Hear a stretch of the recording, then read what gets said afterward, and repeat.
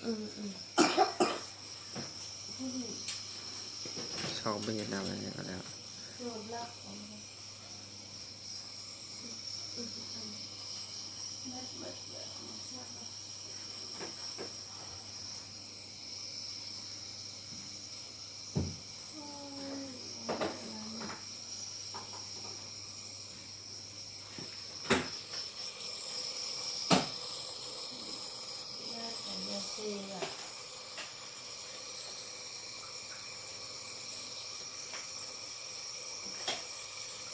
วิญญาณของแม่เพล่ะ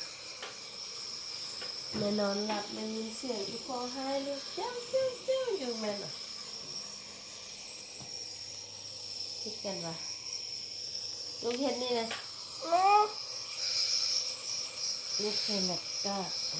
ลูกชอบย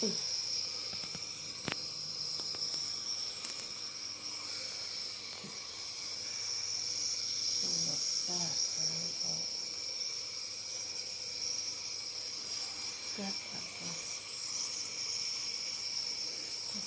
เอาอีห้อนพวกยัดตึงเนี่ยนั่นแหละโอ้ยากเลย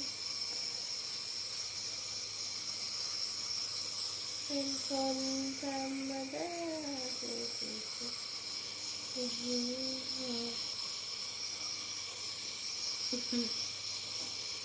ไอ้